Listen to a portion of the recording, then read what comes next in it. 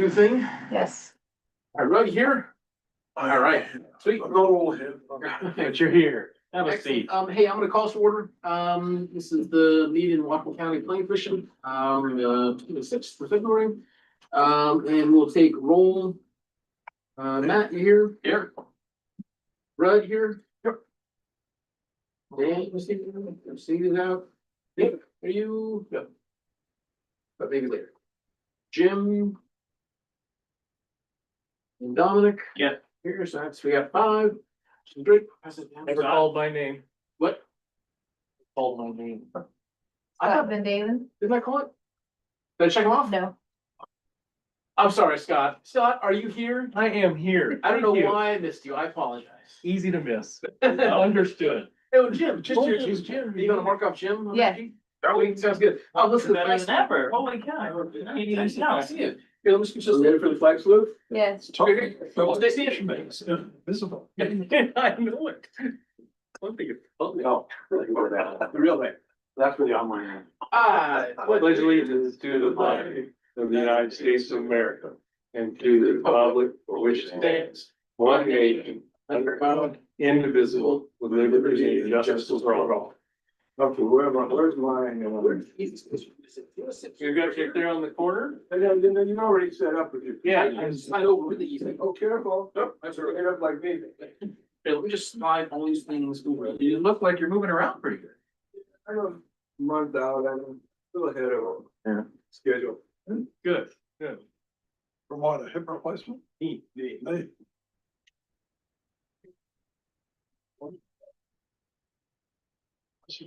I can sit to that. Yes.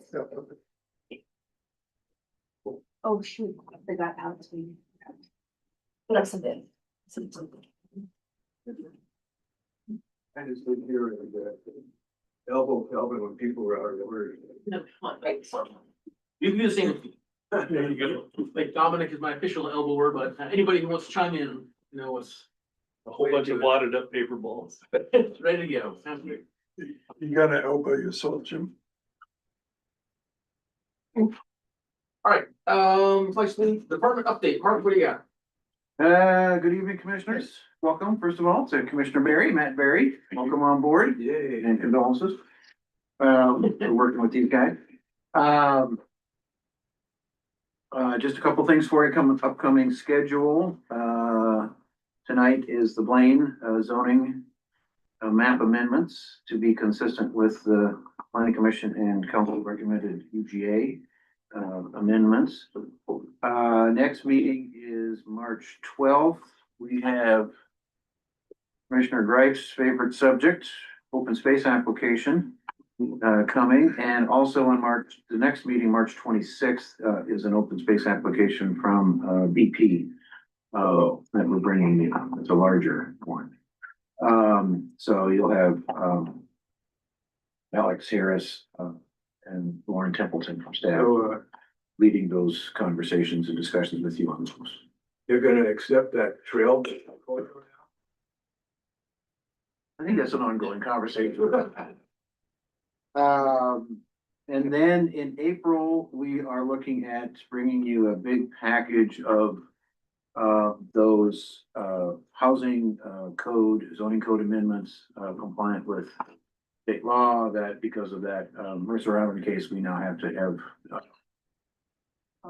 no worries, have to have adopted concurrent with the comp plan. So we gotta get your guys' recommendations and pass that on to council before they adopt the final comp plan. And then we'll follow that in late April with the rest of the city and UGA zoning map amendments, similar to what we're doing tonight for Blaine. But because of the de-annexation, we need to get Blaine done first. So that's where you were at, out looking for the next couple of months. We're bringing the proposed docket of annual docket of comp plan and development regulation amendments to council at their March 10th meeting. There's already more than a dozen applications to be put on that docket for a wide variety of things. The CAO critical areas ordinance update is a state mandate that is due 6 months after we adopt the comp plan, so that'll be coming to you guys probably this summer. Summer and fall. And we've received requests from both the Linden School District and the Ferndale School District, who want to have the county adopt impact fees for their districts, for the unincorporated portions of the districts. So we will be processing that. There's a lot to each of those. There's some county code we have to do our local agreements with those districts, and then state law has changed in the years since we first did our enabling legislation on impact fees. So we have to go back and make sure we're compliant with current state law. So that'll be big packages of probably amendments that you guys will have input on later this year as well. So anyway, a lot going on and coming down the pike. Council last week finished their review of the UGA maps of the proposed UGA expansions for Everson, Nooksack, and Sumas, and made those preliminary recommendations. Next week, now we start weekly meetings with the council from now until mid-May. Who's we? I'm sorry, we, Okay, yeah, not you guys. The royal. Yeah, council does, and they'll be going through their review of element by element, chapter by chapter. So next Tuesday is chapter 1, 2, and 3, introduction, land use and housing. And now they've sort of done their digested and made their preliminary recommendations on the map amendments. They're going to be focusing on the policy language in each of those elements. So they've already got a laundry list of proposed changes that they like to make. So there'll be a lot of deliberation on that over the next several months. And I think, Dan, are you still planning on coming to all of those? Trying to, yeah. Okay. Yeah, there's some that are like 9 AM to like 6 Yeah. AM. I try to go to the whole day, but I'll do what I can. And I think, yeah, like next Thursday, I think it's a 9 AM to 4:30. The Tuesday. Yeah, so there's 3 of those, I think, and they're gonna have public comment period to kick off each of those, is my understanding. So folks will, the public will get an opportunity to speak and comment on each of those, depending on what the topic is that particular day. And I think that's all I got. Sorry, good clarification. So council's meeting on the comp plan on the 3rd, the 17th, and the 31st. Would you make a note to just forward that email, and I'll send it to you, remind you, send it to the planning commission. They have a whole schedule that the council staff has put together. Right. I have it on. You got it? Okay. Yeah. And it goes through up through May 12th, when they're targeting having a final public hearing and action. When do we see the docket? Usually the docket comes through us at some point. Once it's done and they've made a resolution, we'll forward it to you. Doesn't it usually come through us at like? It's something we put together with council. We talked to you guys about it, but if there's any particular things on it you want, we can always add stuff to it. Well, in the past, I think that it has actually come through us in a meeting, we would see it, right? We not usually, you can talk about it, but we don't usually process it that way. We may have done so in the past, but we have to present it to them on or about March 1st, so we're usually. Yeah, I thought that we usually would see it and fall or towards the end of the year or whatever, so they could see it. Yeah. Well, everybody the public has until December 31st of every year to propose something to kick off a docket from a private initiated proposal. And then there's government stuff that comes in every day. You never know when that stuff's gonna come in. So. Sorry, again. So the stuff that go on the docket make changes to the code. The December rule is for the public or for everybody? It's for the public. So the council or staff can do something. Yep, we can at any time. change it anytime. Yeah, okay, And council does that. right, It's not uncommon for them to just throw stuff on there. yeah, I could never remember what that particular rule was. Yeah. And we have some items that just stay on there all the time. They're kind of, I call them buckets. Yeah. So if something comes up over the course of a year, we try to have a big bucket that we can just throw something in and say, oh, this is something of an emergency, or we need to deal with this. This has really come up and it's time sensitive or something like that. Then we don't wait for a formal amendment process. We can just throw it and say, oh, it's part of this particular bucket. Right, but is that December rule, is that a state law or just a county policy? That's our county policy. Okay. Yeah. Right. And we have to, so we'll do the docket, which is basically a big to-do list, right? And it's for the public to see that here's the things that we're gonna process. We can never process everything in any given year. We don't have the resources for that. Plus there's more than a dozen new things to be added this year. And so that, that just gets added onto the list. But you'll see it all on the list, we'll forward it to you. And then, after that, really after we know what council wants as their priorities, or what the executive wants us to do, the planning department to do. Then we figure out what our work plan is for the year. Okay, here's the giant to-do list. Now here's what we have the resources to actually do this year, and here's the priorities. Right. Our priorities are always going to be state mandated stuff or legally required stuff. That's always rises to the top of the list. And then it's simply a matter of, do we have the resources to do all those things in the time? So. Other questions, Mark, Jim? About the school impact fees, as I understand it, when the council passed the ordinance creating them some years back, it indicated that they were in effect subject to negotiation between each school district and the executive branch, is what I was led to believe. I think it'll take council action to adopt Each what one. fees, yeah.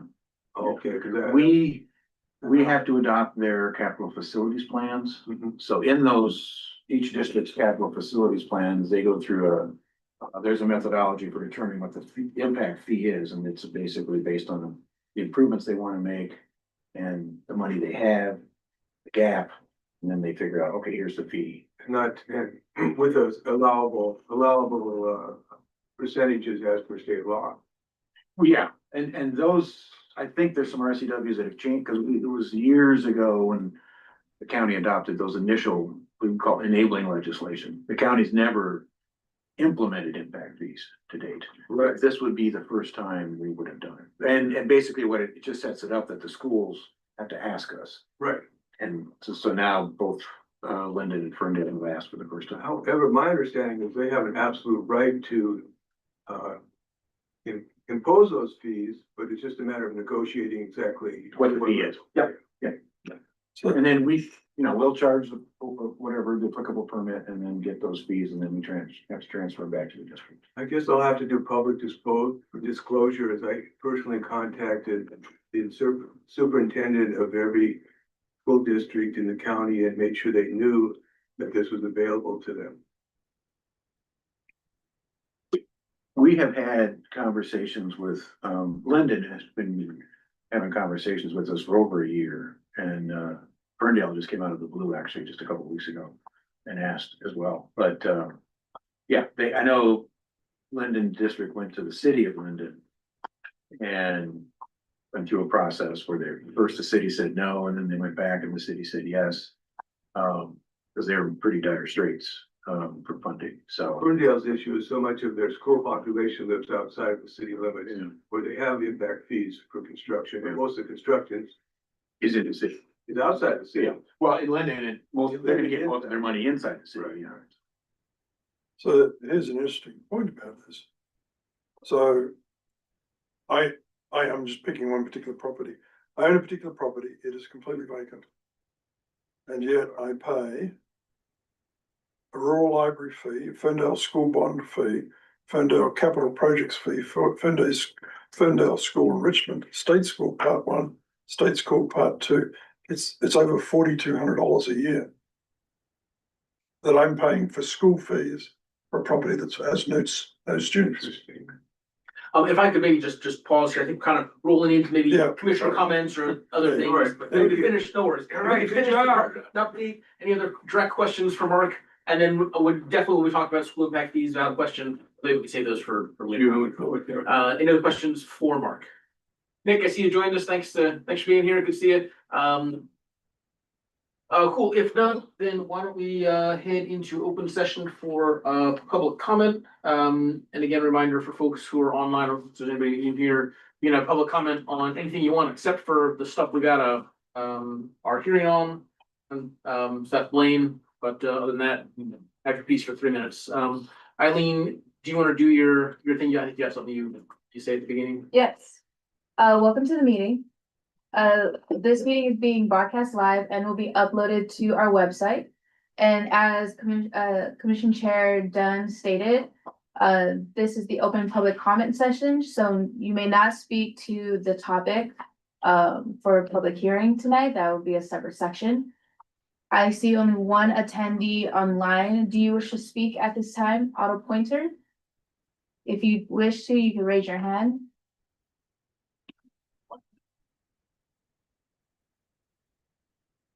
Otto, I see your hand is raised. Go ahead. You got 3 minutes.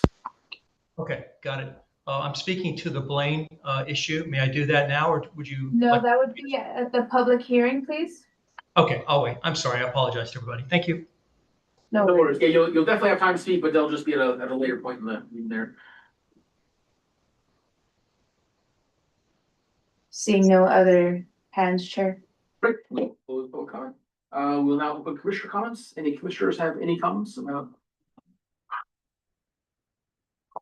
Oh, Yeah. I'll just say, thanks for having me and I look forward to serving on the commission.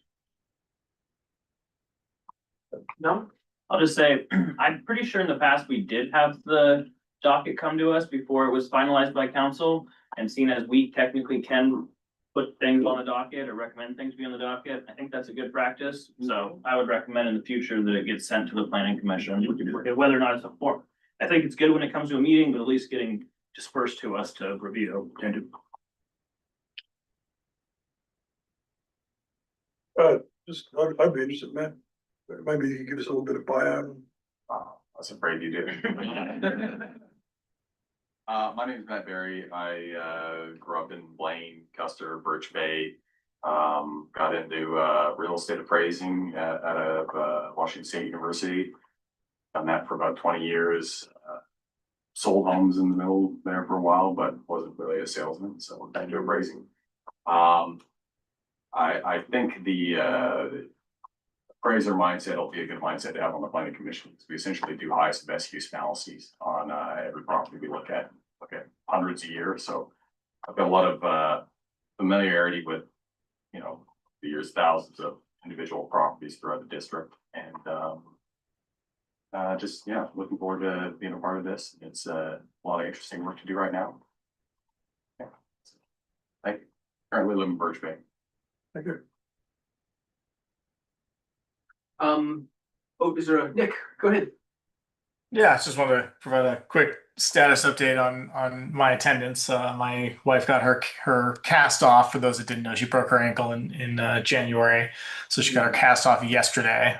So hopefully, either the next meeting or the meeting after that, she'll be able to do enough childcare at night that I'll be able to return to meetings in person. And for tonight's meeting, I will have to step away from about 6:40 to 7:10 to put the little one to bed. But if the meeting's still going at 7:10, I'll be back. And welcome to our new commissioner. Other commissioner comments? Great, you know, mine just be, yeah, welcome to the commission, Matt, appreciate having you here. And we do have one more vacancy that's not filled. I think, is it 1 or 5? Mhm. All right. So if anybody is from one of those districts and would like to be on the planning commission, it's an amazing, exciting, fun experience. You'll love it. People ask me, is it paid? Yes, right there. That bottle, that's right, bottle of water every. Cool, sounds good. If there are no more commission comments, we'll move on to approving the minutes. From February 12th, 2026, we take a look at those.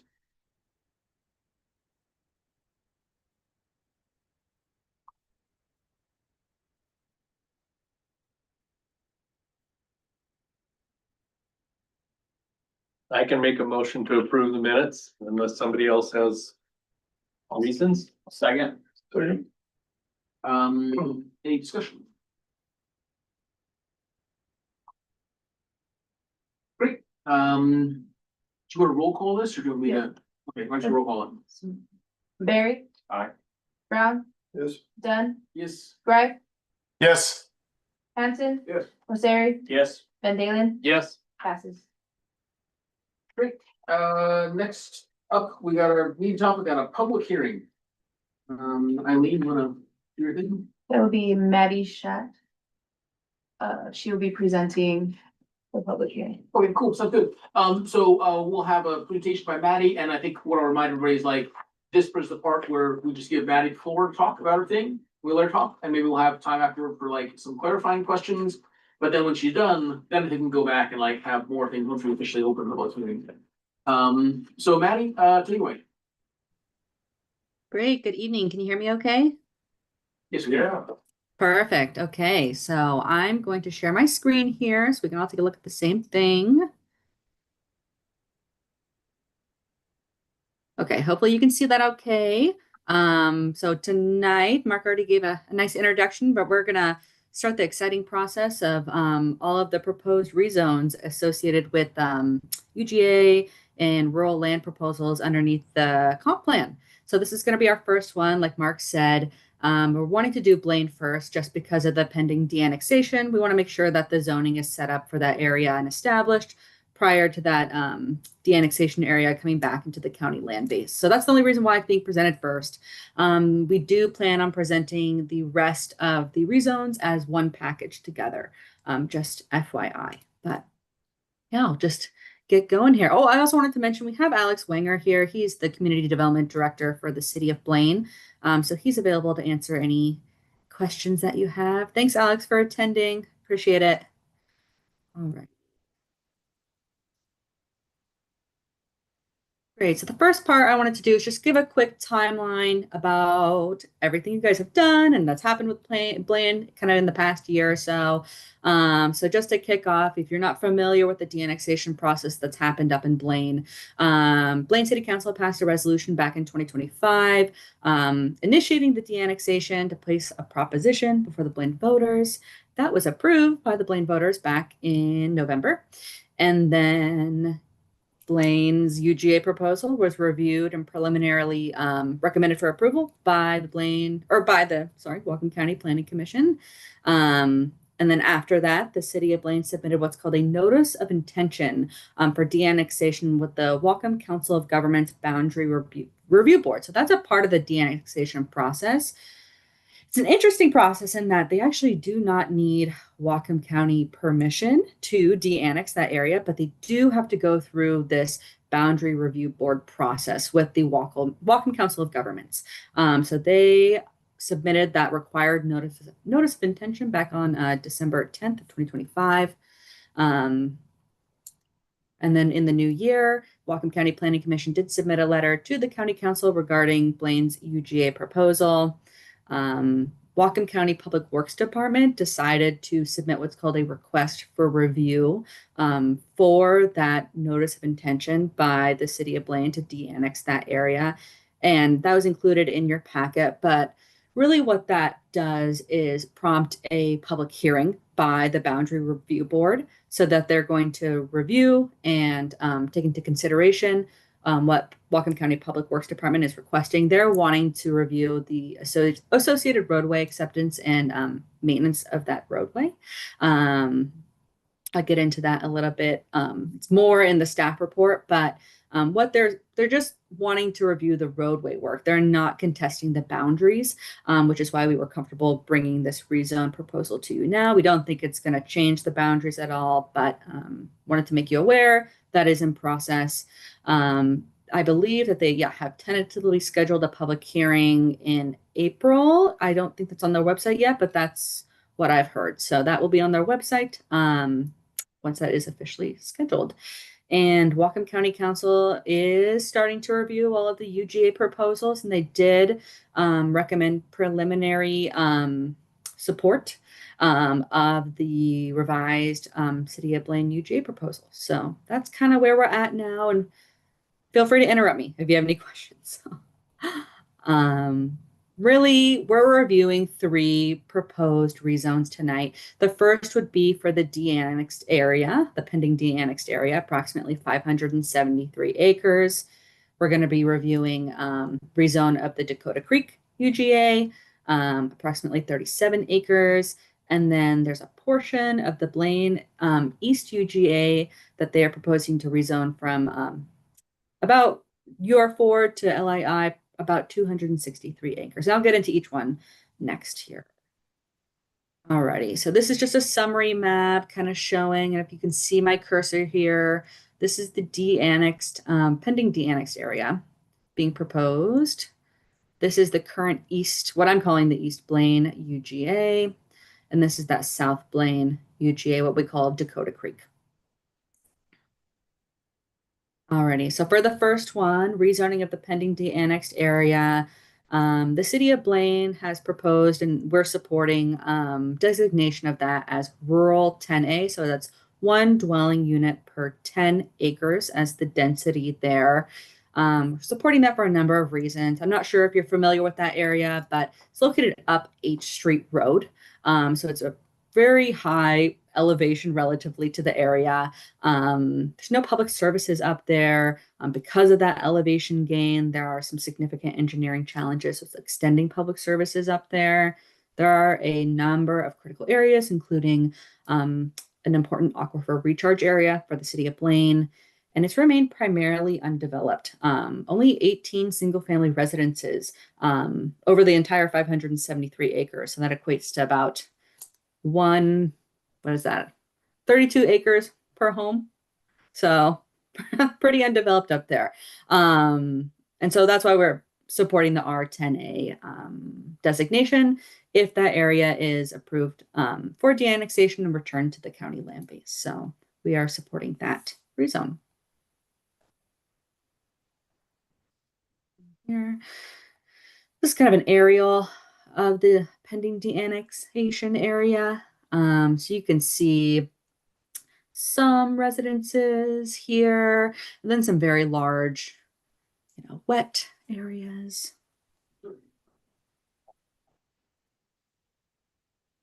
Alrighty, so the second rezone, call it the Dakota Creek UGA. So that's an area located to the south of Blaine. It's actually, you go over a little bridge, so it's functionally disconnected from the city there. The Harbor Shore subdivision is the primary development in that area. And they do have public sewer, but besides that development, the rest of the UGA does not have access to public sewer. There is some availability for public water, but the rest of the area has remained primarily undeveloped. There are significant critical areas. It's right on the shoreline, so there is the potential for impacts from sea level rise in that area. Because of the pre-existing development and then the presence of significant critical areas for the remaining area, that is why they're proposing to, remove that from the UGA. And if that is approved by city or county council, then that would be rezoned to R10A. We're recommending R10A because the surrounding area, it's very similar in nature, and it's also R10A. So we're wanting to maintain that consistency with the surrounding area. And we are supporting that rezone request as well. Here's kind of a side-by-side of what that looks like. And then you can see it's pretty built out, already.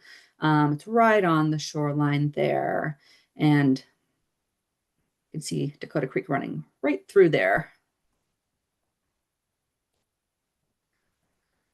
Alrighty, and the third proposal is a rezone of a portion of Blaine's East UGA. It's an approximate 263 acre portion of that existing UGA. It's in a unique area in that it is real close to some existing light industrial manufacturing uses on Odell and Boblet. It's pretty close to I-5 and some designated truck routes there.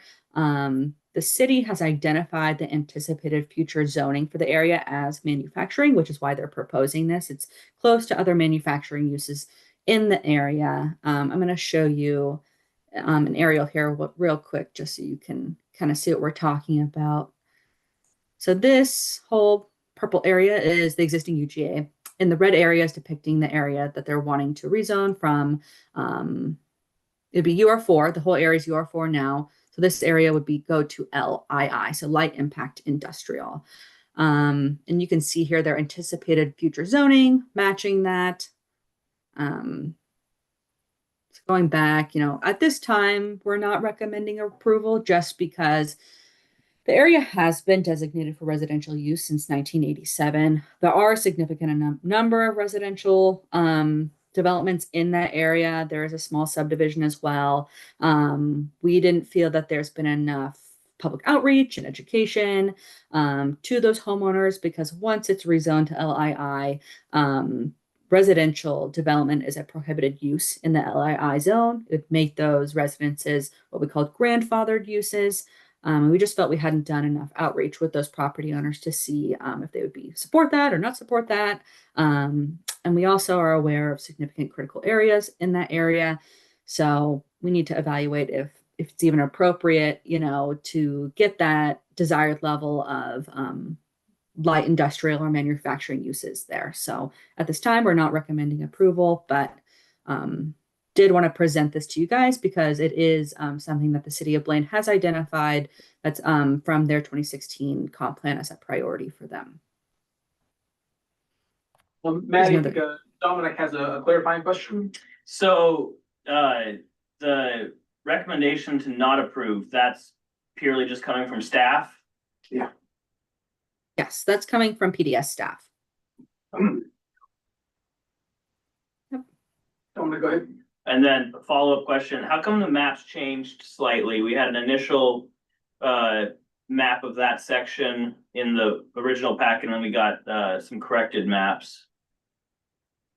Yeah, it was just a slight error in the mapping. That was like a previous version. So this is the corrected map.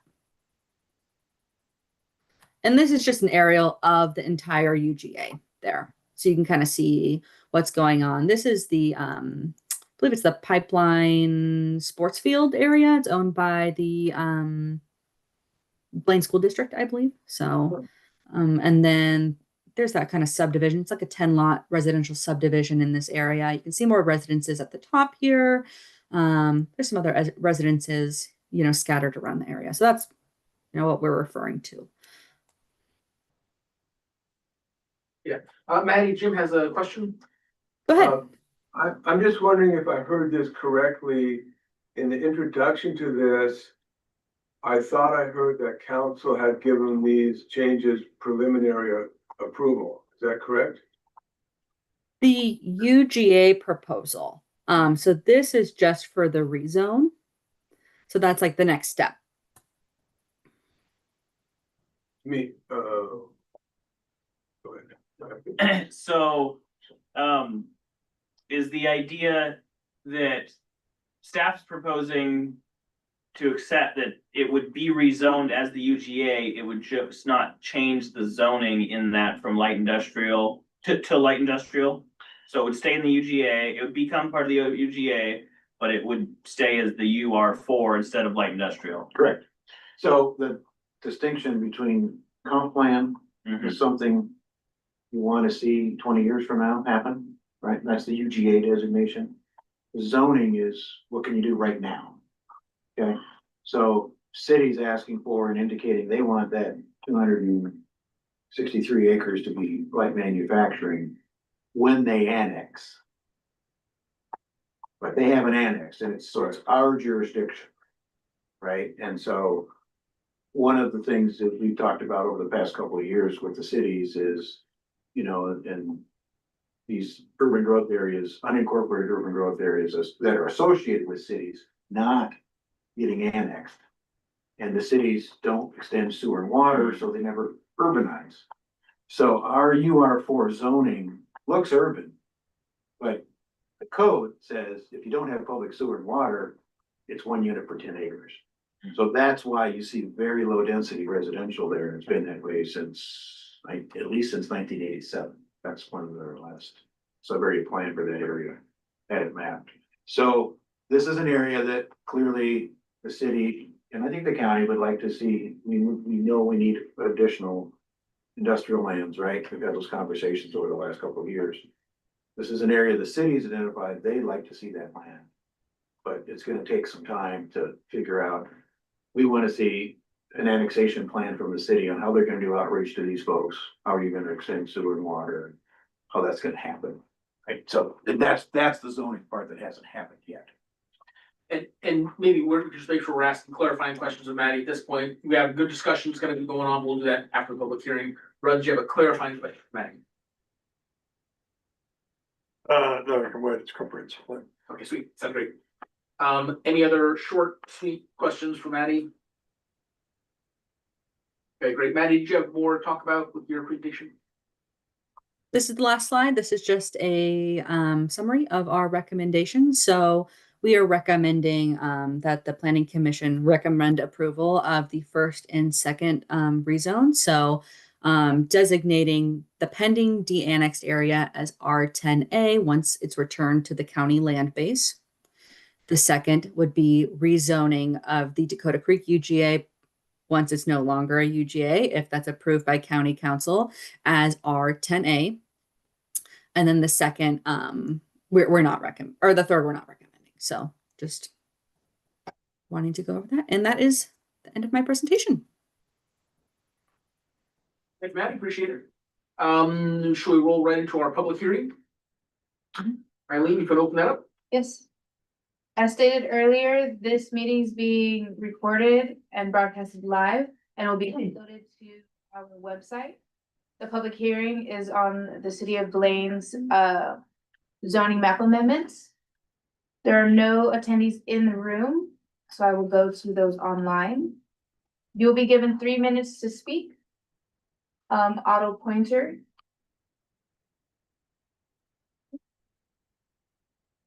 Let me. Auto pointer, would you, do you wish to speak at this time?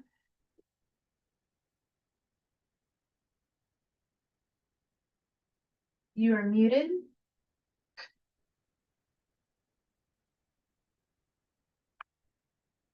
Sorry about that. Can you hear me? Barely, can you? We could barely hear you, Otto. Okay, I'll just speak up. I'll have a booming voice. Is this better? Yes. That's great. Okay, terrific. Thank you. Good evening, Chair, Commissioners. My name is Otto Pointer. I'm with Water Planning Matters. I concur with the PDS recommendation not to approve the East Blaine UGA with respect to the particular zoning requirements. In Exhibit J, page 2, you've already found that the East Blaine UGA is substantially more impaired by wetlands and buffers. Approximately 25% of the 263 acres is covered by wetlands of a Class 2 designation with frequently flooded areas. So I understand that you're not voting on the particular zoning issues.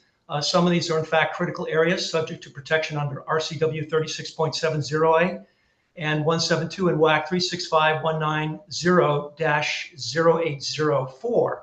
And the reason for that is best available science protects some of these buffer areas. They're also part of the fish and wildlife habitat critical area. I might alert you to Spooner Creek, for example, is in this area. It is a CREP protected buffer for salmon spawning along Dakota Creek. And Olafson Reservoir, which you saw next to the playing fields, is also a protected area.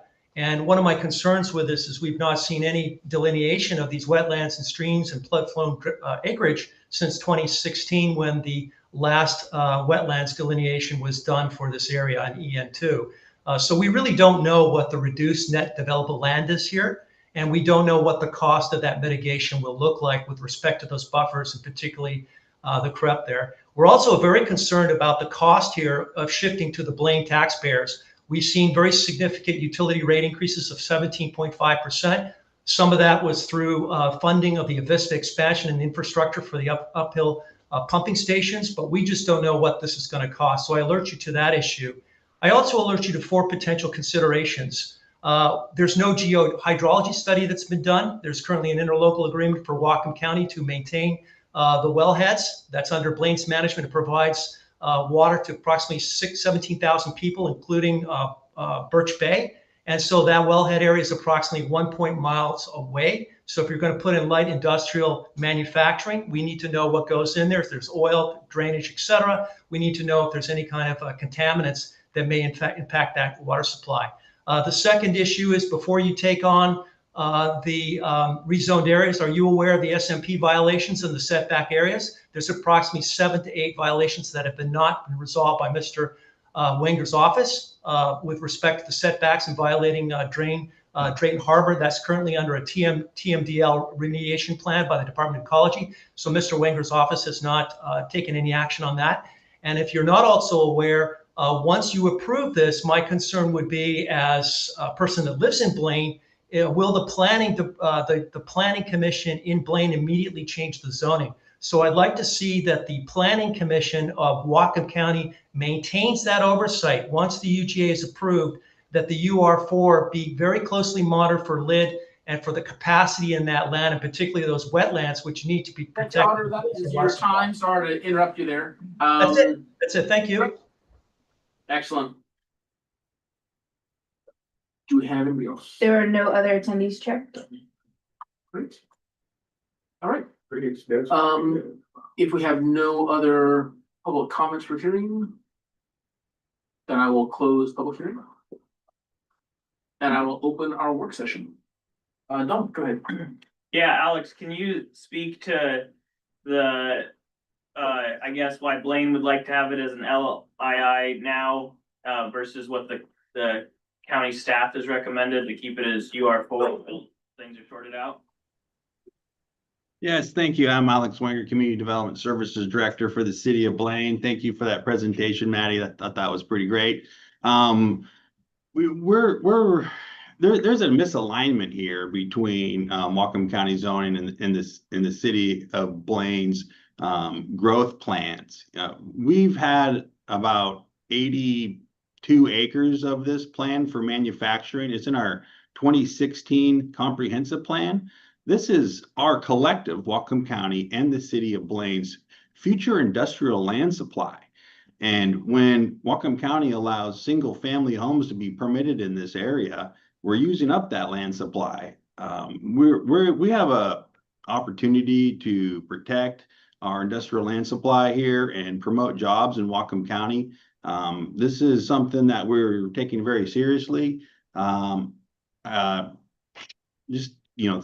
we are really looking forward to developing this area with businesses, and so that's why we're trying to coordinate and collaborate with Whatcom County as part of this process to align our growth plans. So we're planning to use this area for job growth and manufacturing uses in the future, and we just think it makes sense to align our growth plans now, and that's basically it. There's a number of comments about wetland mitigation and things like that. I really think that's irrelevant to this conversation. We're talking about zoning. Any development that comes in there will be wetland delineations. We'll figure that out. That's a question for a time of development. What we're talking about today is zoning. So, I'd be happy to talk more about that or answer some more specific questions, but that's what this comes down to, is protecting our collective land supply for industrial uses in the future. And quite frankly, the immediate future, when we look at balancing the allocation of employment that's been assigned to Blaine, at our request, I should say, we requested, a high level of employment. And that's been agreed to in the multi-jurisdictional resolution. We have to look at how we fit that in the city across our entire urban growth area. And this UGA is a critical piece to that. Like, if you got the letter I sent to you recently, we're planning to accommodate approximately 600 jobs in the next 20 years in the UGA. So that'd be a big boost for the economy for Whatcom County and the city of Blaine. Yeah, just to follow up on that, I can appreciate your concern for it getting built out with houses and jeopardizing the capacity of the light industrial there. I can also see the argument that the county staff just put out that, well, what if we get light industrial in there and then Blaine decides they don't want to annex it ever, just like what's happening with Dakota Creek UGA that got built out to a higher density and now is getting de-annexed. So is there realistic timelines like when that property would get brought into the city? Well, I can't answer that. We would have to work with our council to identify an annexation plan and move forward. First of all, I do want to say I support county staff in saying I think there should be some more public outreach here. That's probably a good idea. Like, this is a pretty big change, pretty big fundamental change for this area. And I don't want to catch anybody by surprise. So if we take some more time to get some more public outreach going, that's good. I'm just telling you why we're proposing this.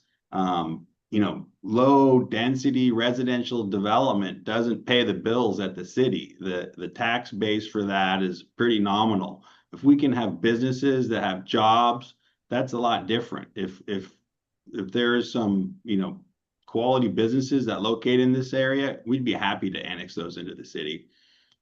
It's easily serviced by utilities. Our pipeline, our water corridor, our main water line goes right through there. There's a reason that road is called Pipeline Road, just because that's the water pipeline that connects our reservoir to the city. So there's plenty of great water supply there. I could keep going on, about other reasons, Odell Road being our truck route and being the most expensive municipal project we've built for a street, sewers, right down the Odell Road. That's the edge of the city limits. So, I'm not going to keep. Yeah, so that's right. Other questions from commissioners? Right. I have a lot. So, Alex, what was the infrastructure cost going to be to build out to the Grandest Pond area? I don't recall off the top of my head. I want to say 14 million or something like that. Okay, well, it's a much larger number than what we were talking about when I was on the council, but let's leave that for 14 at the minute. Would you mind pulling up and allowing the people online to see that exhibit I provided before? Yes.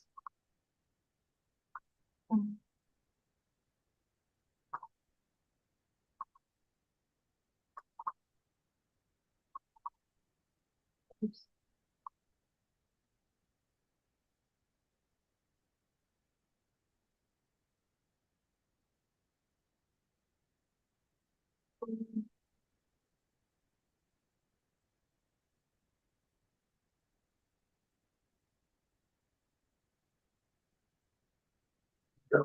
And maybe you can just change the size so it's a bit readable. I have that open on my screen. I'd be happy to share that. Is that Mr. Brown? Is that the exhibit you sent in? Eileen will do it, so that's fine. Thank you. Okay. Just zoom out and I'll zoom out so you can see the whole thing. Right. So I guess first of all, Alex, this is a map that I created using the most recent state and federal mapping for predicted wetlands. So my first question is, do you disagree with the underlying source of data? Well, I'm not sure what the point of this exercise is, Mr. Brown. What is the source of the data?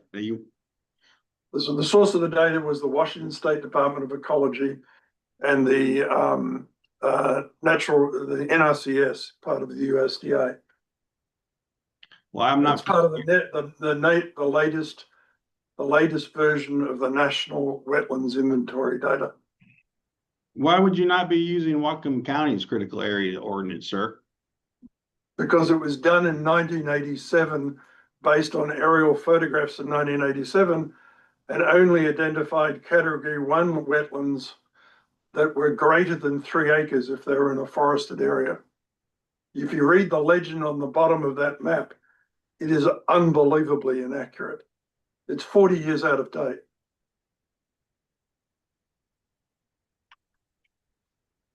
Now, so if you'll just humor me for a minute, Alex, it's just important to go through the sequence.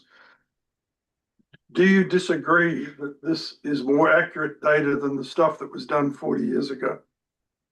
I can't speak to that, sir. I have to spend some time with this. I'm looking at this exhibit for the first time. I believe you emailed it to the commission. I got it 5 minutes before this meeting started.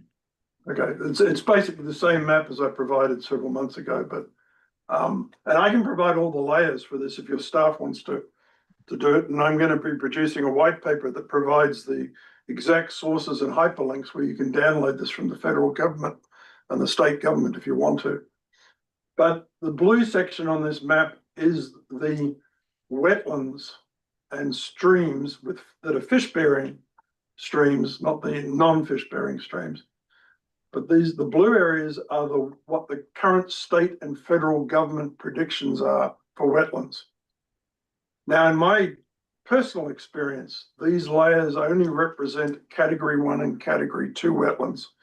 They do not represent category 3 or category 4 because they don't show up on the methods that the state and the feds are using, because a category 3 wetland can be a 1-foot depression in a field.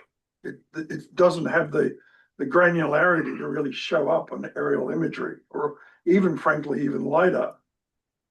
So the point is that I believe the wetlands on this are understated significantly, but even if they're not, if you then look at the color coding around there, the green, the dark green represents a 150-foot buffer. The lighter green represents a 225-foot buffer, and the light blue represents a 300-foot buffer. My point is that the current regulations for the county would put most of this stuff at the 225-foot, and if it's a high habitat score, the 300-foot, which renders most of this land unbuildable unless it's mitigated. Now, the question is irrespective of how much you agree or disagree as to how wet or impaired this is by wetlands or buffers, where would the mitigation come from? Because the only way to mitigate the wetlands and the buffers is the conversion of farmland in the same subbasin. So where is Blaine planning to do the mitigation or direct people to do the mitigation in order for the land to be used for light industrial? That's my question. Well, I'd be happy to answer that question. So first of all, this is a hypothetical map based off of possibilities out there, prediction models. So as you pointed out yourself, this is not a regulatory map. We're talking about zoning. Any development application that comes in, we will review it for wetlands. The land capacity analysis done by Whatcom County already removed all of the wetlands in their buffers from the buildable land supply. So there's no wetland impacts needed to develop out there. I don't know why we're doing this, sir. I really don't. I'm sorry, I can't understand why you said that there's no wetlands impact. It's because we're talking about zoning, not development. No, but but there's no point in zoning something for which it can't be used economically. And the reason I even picked this issue up in the first place is because part of your comprehensive plan is you're forecasting light industrial uses. That's right, But sir. Listen, we have wetlands all throughout the city and streams. Like this isn't not new, and this is not new to us. We know there's wetlands there. We know there's streams there. They will be protected. And I'll make one final comment, then I'll yield the floor. Your comprehensive plan forecast for employment growth requires this land as part of your employment growth numbers, and I do not believe it is buildable because I do not believe you've factored in the wetlands impacts, and more importantly, where are you going to do the mitigation for the wetlands? Thank you, Red. Thank you. We'll pause there. I will yield. Excellent, I appreciate that. Other commissioner comments? False stomach, yeah. I'm sorry, before I get to you again, if I could ask Anybody else, yeah. Jim, do you have any comments? I'll go after Dom. Okay, sounds good. To make sure everybody gets a chance to talk. Alex, is there a different designation that maybe you don't like as much as light industrial, but you like better than UR4 that might be a compromise to preserve the land from getting developed, but also doesn't allow the light industrial until some of the concerns about when annexation might occur? That's a great question. I guess I'm not sure. Maybe it should be R10A as well, just to keep people from dividing that up further and building as many single family homes as they can under the UR4 zoning that does, I think, allow minimum lot size of 5 acres with no services. But I'm not sure exactly. I'm not an expert on county zoning. We were just thinking the light impact industrial would be the most consistent with how with the land uses that we would imagine and regulate once it's annexed into the city. So the answer to your question, maybe, but I guess I'm not sure what that would be. Well, we'll have Matt go and then, I mean, the director should go first, but hi, Alex. I just had a question. I remember seeing a pretty ambitious proposal for some development between UAV and Odell years ago. Did anything become of that, or if not, why do you think? I could only speculate that you're talking about the Eugene or the Klein property and Blaine Industrial Park, I believe it was called. There is, so the city's approved that application twice. It's the largest industrial site in the city. It's 45 acres. The city has signed we're co-applicants on some permits to develop that. The city owns the adjacent 5 acres, and that could still. We don't have a current application, I should say. So, but there's been some talk about something being submitted to us. This is the best I can do. So I think maybe something's going to happen there someday soon. Thank you. Mark, you're next. I was going to answer Dominic's question. The UR4 designation, as I mentioned earlier, if there is no sewer and water provided, which there isn't in this case because the city doesn't extend it until they annex, then our code defaults that to 1 unit per 10 acres. So that's the density you see on the ground there. Is people have developed it one unit per 10 acres. We don't have any lower. The next lower density zone that we have right now is the Ag 40 zone. Well, it's not Ag. We are talking about and as a part of this whole comp plan update, right? We had a lot of the elected officials meetings. There was a lot of talk about between the city and county officials about annexation and why aren't more of these unincorporated UGAs that are associated with cities getting annexed by the cities? And there's friction on both sides, right? But some of it's basically fiscal impacts, it's financial. So the more development that occurs in an unincorporated UGA without sewer and water, the higher density that can occur can discourage future urbanization, right? So some of the cities have asked for us to create an actual lower density zone to basically down zone some of those areas to 1 unit per 20 acres. Right. And that would help future annexation, make it easier. to urbanize it to a much higher density at a much later date. So that's something we're talking about with the cities, and we will be talking about with the cities as a part of this next year's work program.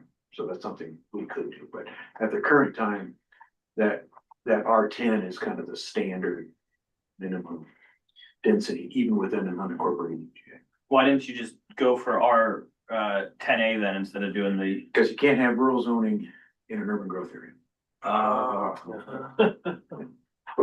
We have to call it, we have to call it a UR. Your zone. defaults to 10. Correct. But that only applies, the zoning of 1 per 10 only applies if the lot is at least 10 acres in size, correct? If there's a legal lot of record, then you can still build a house. It can be 100 square feet. Yeah. Maybe that's Well, exaggeration. you still gotta get you can have public water, Right. but you gotta either have Yeah. a well or public water or septic. So, But let's say 1 acre, it could be 1 acre, yeah. but the 1 per 10 has been in effect, as I said, since '87, so.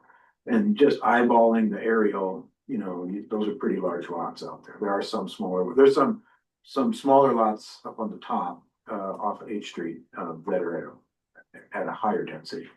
But I think those are older lots. So most of that area is still pretty large lot. So even if we could downzone it in the future to 120, it might, we'd have to, that's kind of the analysis we might need to look at, if we could discourage development in the interim until the city was ready to annex. That was something good for them. Could I get Jim? Yeah, sure. Yeah, Jim. Just in general, having read the port's industrial lands capacity report and knowing the need for jobs associated with populations, I tend to support the light industrial zoning here. In terms of wetlands, it seems to me if you're going to build some homes or if you're going to build a light industrial facility, you still have that same challenge. And I'd rather see if someone's going to meet that challenge and do the wetlands mitigation and locate or locate on the higher ground, I'd rather see that be a job producing entity rather than some rural residential or semi-rural residential entity. So I would tend to support this request. Right, so Alex, I just want to be on the record. I want to see industrial land capacity out there. We have a desperate shortage for industrial land capacity. I'm 100% supportive of creating your industrial land capacity. I just don't believe that the work has been done to actually work out if that is viable because of the extensive wetlands mitigation that's going to be required, which is going to require conversion of farmland. Would now be the time to, or are we primarily asking questions or are we discussing? Oh, so we are discussing, so we had so Maddie had a presentation, that was primarily listening to our talk, but now this is open season, any commissioner can ask any questions, you can discuss how. Yep. Yeah, what do you want? well, I just wanted to share a little bit of personal experience and out there. So I do know there's some streams they call salmon bearing on the north side of Pipeline Road, but they're essentially ditches. I think they go under the primary school and out to where the old dump used to be on Boundary Bay, but on their ditches. However, on the south side of Pipeline Road in high school, I worked at the hatchery. So hopefully there's still salmon in that area, but I do happen to know a lot of the folks who live on the east side of Odell and north side of Pipeline, a couple on the south side of Pipeline. I mean, those are like generational farms. I don't think they have any intention of selling. They've been living there for, a long time. So I just wonder about you could rezone it, but are you actually going to see any change there?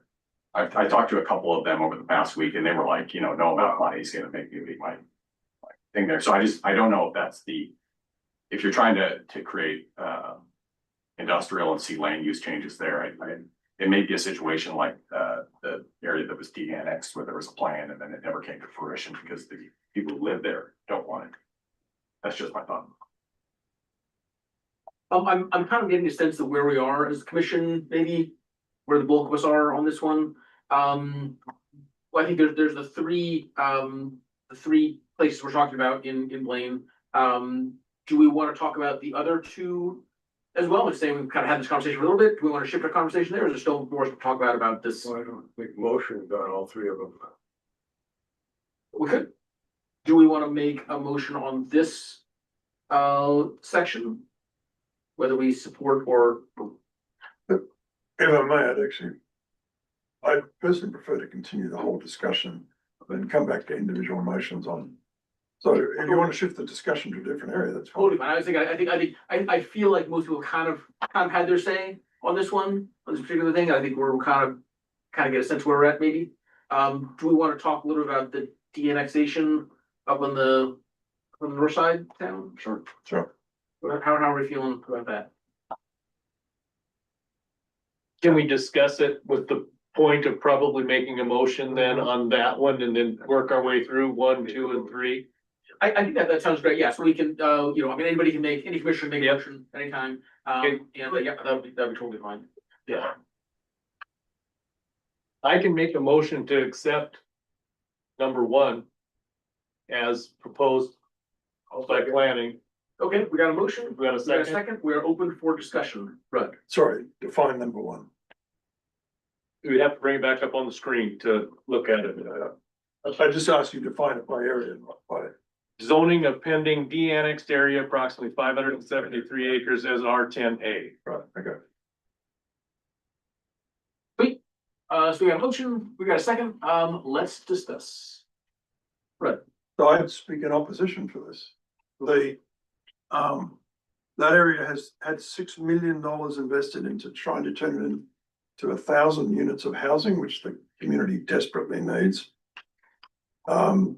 The money was made available to the city of Blaine through the EDI fund.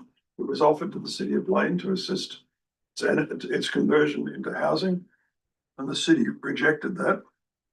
If we take the $14 million number that is being proposed as what it would cost to provide the infrastructure, that is the equivalent of roughly 30 acres of wetlands mitigation. It is much cheaper to build that infrastructure than find wetlands mitigation. It's also relatively, the comment was made that it's higher. Well, that's actually why it's drier. So I think it's a crying shame that we're taking that out of the residential land base. And I would not support its de-annexation. I would not support its de-annexation. Question related to that. Yeah. It was put to a vote of the people as well. And the people passed it. And I tend to have a lot of, it's like when we, as an example, when we do an initiative or something is sent south to Olympia and they reject what we may have voted or passed on or an initiative, it's tough for me to go against what the people vote for. And I respect that significantly, Scott. Absolutely do. I believe the average person in Blaine does not understand all the issues and the history of this and the impact of de-annexing 500 acres and turning it into a private estate. So I can't override the citizens of Blaine. I fully respect that. But I also can't in good conscience support the decision. I'm confused, because as I understand, they're de-annexing it, and what they're asking us to do is change the zoning. Correct? Yeah. It's not up to us whether they de-annex, but we have to decide if we want to provide zoning that is consistent with its current new status. Right? Yeah, that's the motion. Yeah. Okay. And one of Zoning is R10A. one of the other aspects, if I may say this, when you downzone the property, you downzone the appraised value of it, and the owner will pay less in property taxes than when they bought it. So the guy buys a property, turn it into a private estate, and now he's asking basically for a discount on his taxes. Is there a hand, Maddie? Yeah, go ahead. Thank you. Yes, I just wanted to confirm this proposal is not about de-annexation. Like it's already been said, it's been approved by the voters. It's at the Boundary Review Board now. Whatcom County does not have the authority to deny the de-annexation under this particular RCW. So this is just about the designation of the area after it is returned to the county land base. So thank you. I just question, is Nick online again? I mean, he had to leave, unsure if he's coming back, just want to make sure he's not feeling left out there. Yes. No, he's not yet. Okay, that's right. I just wanted to feel like there's some people to get abandoned. Hang on a sec. Anybody else besides Rudd? Comments? No, Rudd, go ahead. Fair, but Matty, isn't it true that if the zoning is changed, that the assessor is likely to value it at a lower price?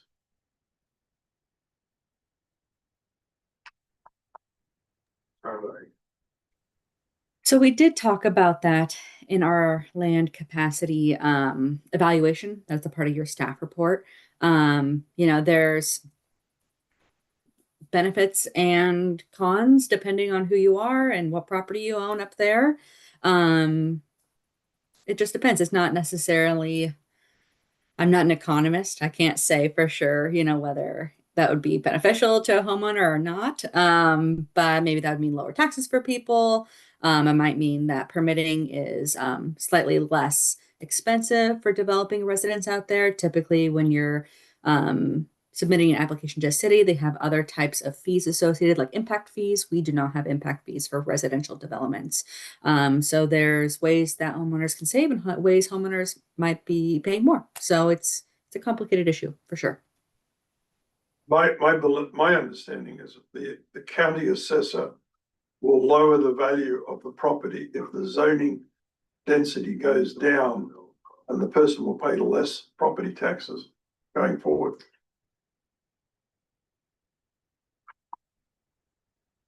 Any other, Dominic, yeah. Well, the question's not if the zoning's gonna change, it's what's gonna change too, right? Because it's going from the city to whatever designations they have to our code, so we have to pick something. Is there something you'd rather have than R10A?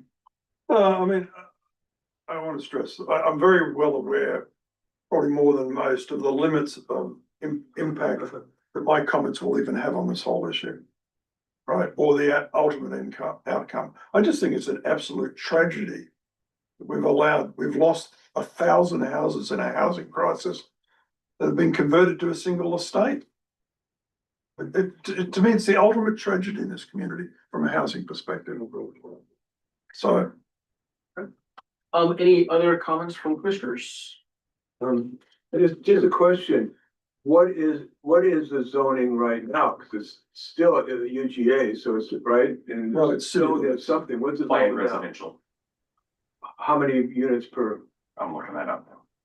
it's actually in the city limits, and they were going to Oh, it build is in 12. the city. Okay, They're going to build 1,000 houses. They're actually, it was in limits. Okay, So they're kicking it out of city limits. okay, thank you. And that's separate from what is our zoning, new zoning gonna be. Very true. Other commissioner comments before we? Great, Eileen, which call roll? Yes, Dunn, Yes.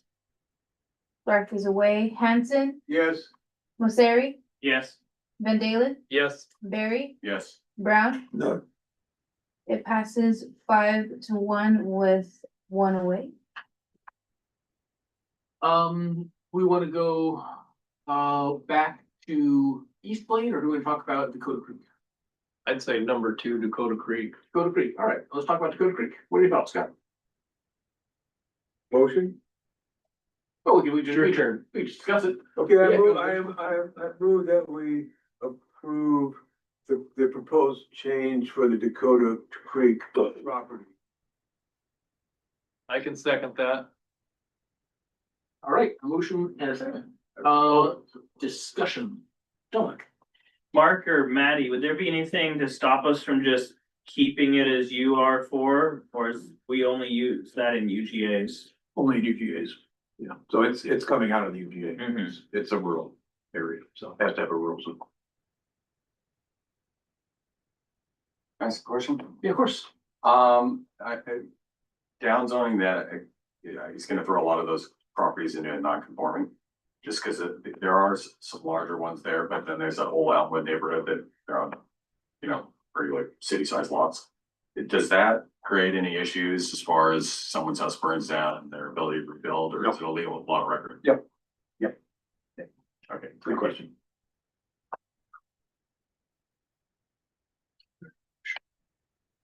Questions? I had a question. Eileen, could you pull that, maybe a map up? Yeah, where you can see that section.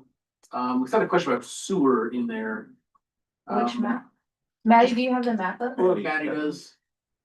Yes, I have the map up. 1 second. I'll sort of slowly talk about my thoughts as you pull that up.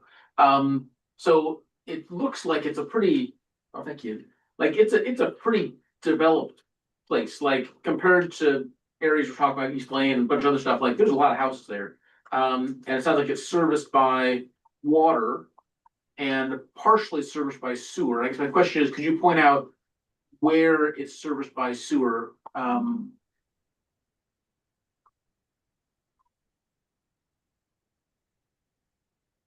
So do we know which houses are served by sewer? I bet it's the lower ones, the bottom half, but that's just a guess. Yeah. This one looks like a shared settlement.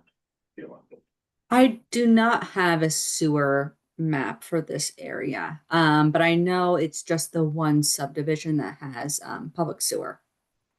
Okay.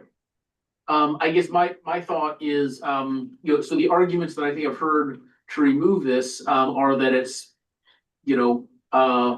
not dense enough, or that it's too dense, that it's near the shoreline, that it should be outside the city. But I look at this and this looks like an urban kind of neighborhood to me. And I think the argument that it's separated from the city, like doesn't hold a lot of water, part of the pun, considering like that Semiahmoo is also separated by a significant body of water from Blaine.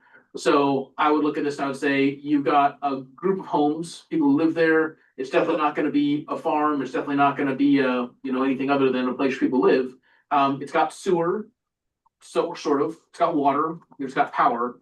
It's got all the things that would make it like a place to build homes. The only issue is it's probably gonna be expensive because you got salt water right there and probably a little bit wet. So I don't know, that's kind of my thoughts.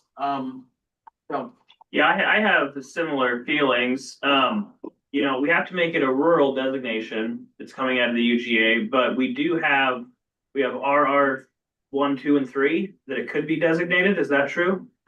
I think those are landward designations, which is so. Those can only Those be in little Lammers? areas. Like, I know that most of the Lammers, that's where they are. I didn't know if that was exclusive to Lammers. I think most of them are, yeah.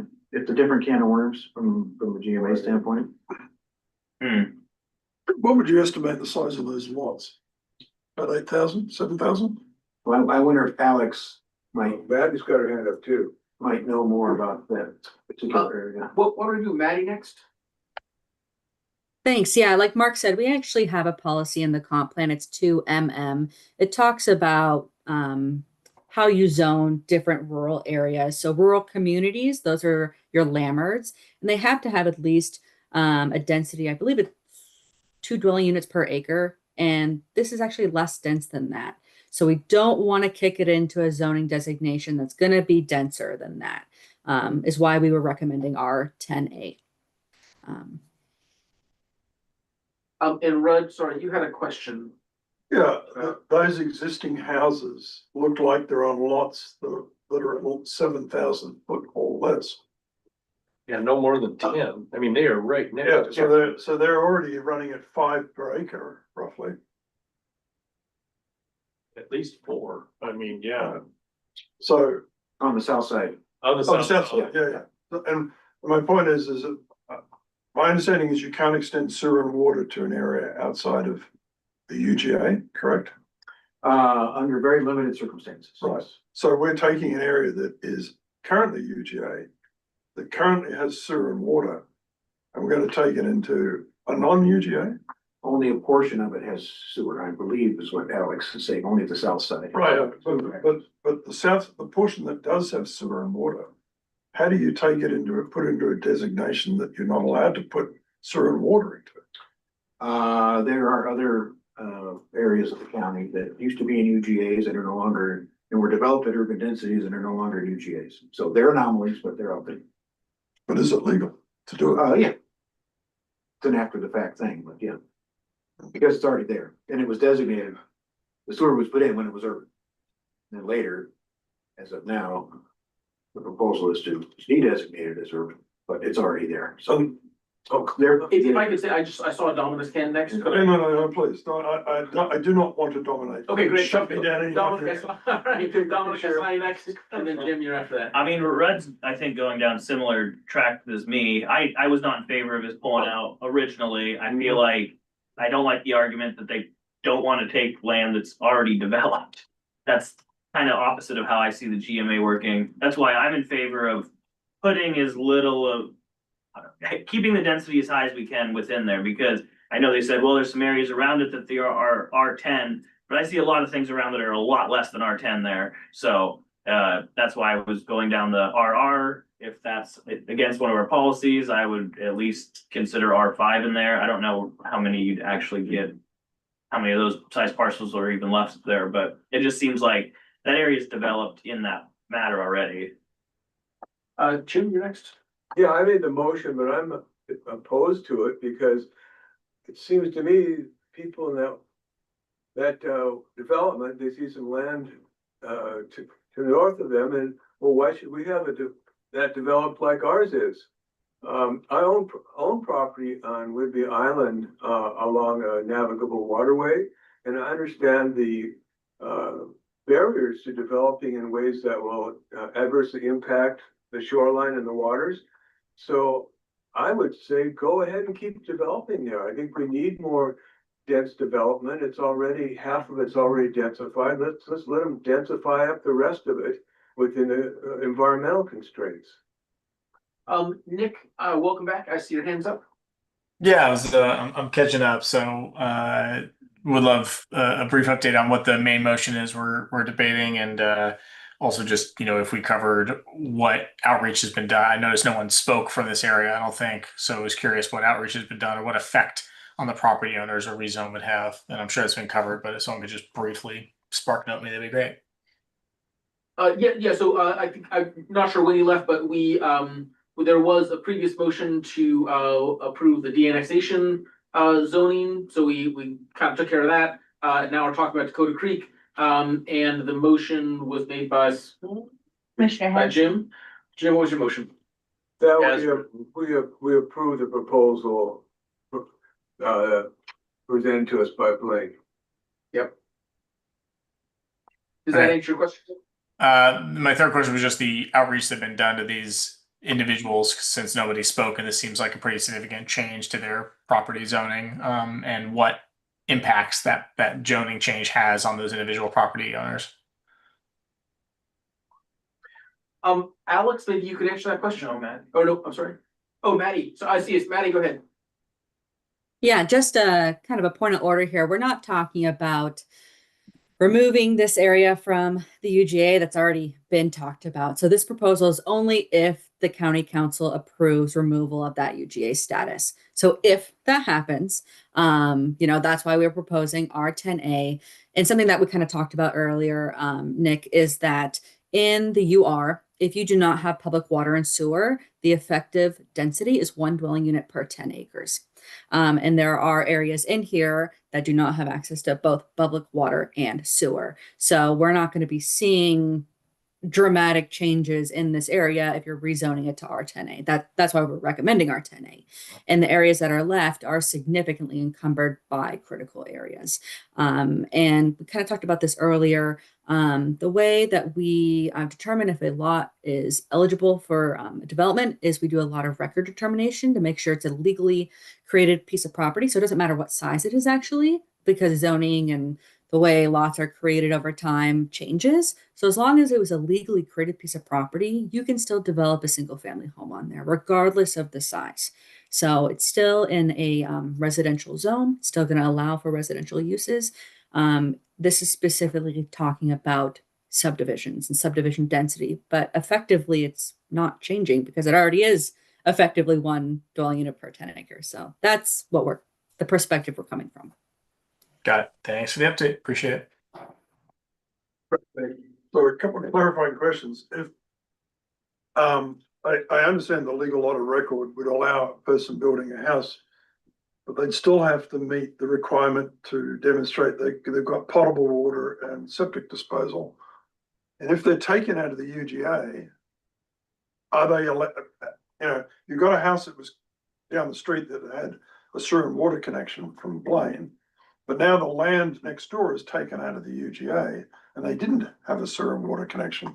Can they now get one? Or do they have to prove that they can put a well in and put a septic system in? And if they can't, that land becomes undevelopable. They could only do that if their land was insufficient and couldn't put septic on it. Right. Yeah. Right. Then you can extend it. Which if you look at the map on that, for those undeveloped properties, looks pretty likely that you couldn't put additional septic and put a well in, Right, right? I think most of those lots are already developed, right? Right, Some haven't been subdivided to urban densities because there's no sewer available there, right? right. My point is you prevent the sewer because now it's out of the UGA. So you eliminate, if it's still in the UGA area, it would, It's not in the sewer district now, in the UGA, the areas that aren't developed, right, okay. so. But, okay, so it can't be, it can't There'd be no have, difference if it was rural or urban. because it's not a sewer district.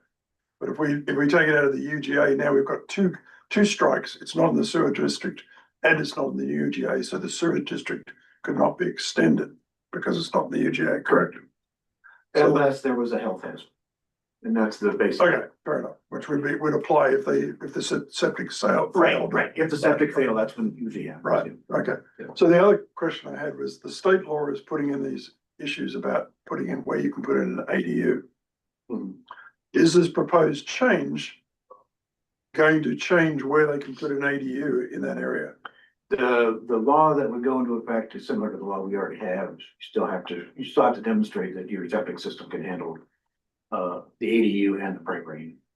So you might have to expand your existing septic system or not, depending on how precise it would be. Okay, so if you're in the area that has sewer service now, and under the law, you could put in an ADU and hook up to that sewer service because that sewer service is in the UGA. You know, well, it already exists, whether it's in the UGA now or it's not in the UGA in the future. The line is there and that's recognized by the law. Okay, so you could put another connection on an existing line. To an ADU to a lot that's already served by sewer, yes. To Okay. a lot that isn't served by sewer, You understand where I'm Yeah, going? yeah. Is that I think there's a lot of unanswered questions. well, that's the legal distinction. Real impact is of doing this. I think at the very least, we owe it to the landowners to be really clear as to what the ramifications are if this goes through, because I think there's a potential for a couple of gotchas here that people are not aware of that would prevent further housing going in there. Yeah, but if the city's not gonna extend sewer to that area, then it's never gonna develop the urban densities, right? So they have to extend that sewer. If they don't, you're not gonna get urban density, even though it's an UGA. And they clearly said they don't wanna do that, so they wanted to take it out. I have a question to that. So the sewer is being served by Blaine? No. Rich Bay Water Sewer. So Berkeley Water Sewer, okay. And they're okay serving the south half of this property or this area, but not the north half. Is that correct? That's my understanding. Okay. Do we, it sounds like there are some questions around why that is or whether it is, or do we have any more, we don't have anybody who can like say, yes, here's the sewer plan. Well, I would ask Alex, it's their Yeah, UGA. just real quick, that's serviced by the city of Blaine sewer. It's the pumps up north, goes under Dakota Creek and ties into a pump station in just on the other side there. Thanks, Alex. That makes more sense to me. So could you speak to this area?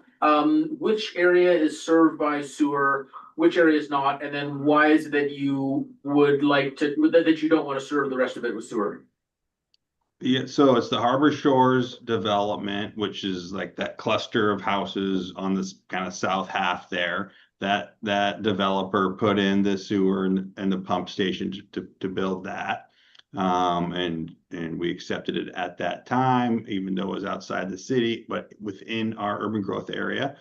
And why we don't want to extend it over there, because it's incredibly costly to put in more infrastructure to do that. The piping and the pump system that was put in was just enough for the developer to put in his project. He didn't oversize it to accommodate a bunch more development to tie into that. So there would need to be, upgrading of the system. Not to mention all the roads are substandard, and the rest of the systems there. And this is a highly sensitive area. That's Dakota Creek right there. It's got a great salmon run. The climate impact maps that were developed, collaboratively with Whatcom County really show a big impact on this area. We don't believe it's a good area for future growth. And so, that's why basically we asked to remove it from the UGA, and county council has endorsed that request at this time. And then just to follow up for that, so my understanding we're in the process, the planning commission is kind of done talking about UGAs, whatever, it's not our purview anymore, but the county council is, and they've expressed a lot of interest in being very involved with comp plan over the next, several months. And they've expressed preliminary approval for UGAs, which is very different from final approval. So I would not be surprised if the county council changes some UGAs in the future for various reasons. They still have the ability to do that. So I'd say, we're saying, yes, this is out of the UGA. That doesn't mean it's definitely out of the UGA. It just means that at this point, the county council is interested in having it out of the UGA, but that could change for any kind of reasons. Should we comment? Just that right now, we're not being asked about the UGA, we're just being asked about the zoning. And as far as I'm concerned, if it's UR4 and if someone can meet all the mitigations, the cost of a highly expensive septic, the appropriate setback from the stream and the bay, if someone can jump through all those hoops, I think they should be able to build a house at a denser, a higher density.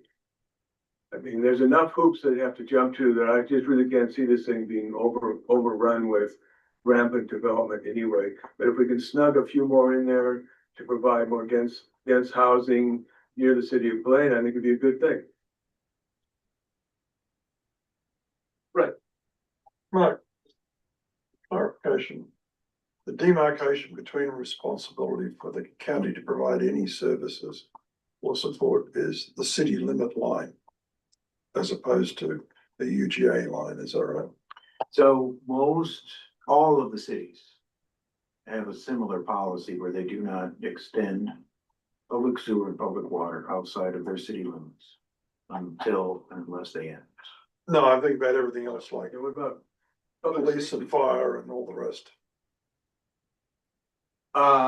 This is unincorporated UGA, so it's still subject to county sheriff. Fire and everything. Yeah. My question is, I think I know the answer is the line of the boundary of the city limits defines who's responsible for everything from planning to development to police to fire to et cetera, et cetera. Right. So that doesn't change. Right. No. Correct. We would still service this area from a public safety Okay, standpoint. it doesn't put any more burden on the county No. as well. No. Fine. Thank you. And Alex, I got a question for you. When you think about the future of Blaine, like expansion, to me, it makes sense that this would be an area you'd be expanding into, like expanding south, kind of eventually heading towards Lincoln Road, perhaps. Is that, and so that case would be sort of like backwards, take this out and then put it back in again in the future. Do you think that that's sort of the city's intention generally to start heading south from here, or is that not kind of in the plan? That is not in the plan. There's just a ton of critical areas and wetlands. I mean, right past Dakota Creek is California Creek, another great salmon bearing stream. There's wetlands all through South Drayton Harbor. It's just not conducive to urban development, I should say. We're really focused on infill right now. I think you'll see some things coming out of the city of Blaine in about 3 weeks that will just show how dedicated we are to infill development. Okay, so the motion on the table is to change the zoning here. To accept the Yeah, from proposed. UR4 to R10A. Or, okay. Yes, Sal. Just a, information question. So if we don't pass this motion, then what happens to number 2? If we all vote, Yeah, then if we all vote no, what happens then? somebody could make another motion. Okay. For something. Okay. But eventually, I think what's happened in the past is if this advisory, commission can't make a decision or doesn't vote on a yes on something, it just goes to council and say, the vote was to not accept this thing or to accept it or not vote or whatever it was. That's Okay. our advice to. It's Okay. always nice to Kind of to curious. give them advice. We're advising you to do this thing rather than being like, we're not giving you advice, but here's what it is. Okay, want to clarify. Yeah, yeah. Fine.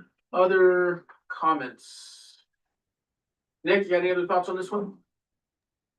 No, I mean, I've concurred with other commissioners' comments. I think we discussed this quite a bit during the comp plan, and I don't support the down zone here as currently stands. Any other commissioner comments? Eileen, could you take the vote, please? Yes, Brown. Dunn, No. Bright, No.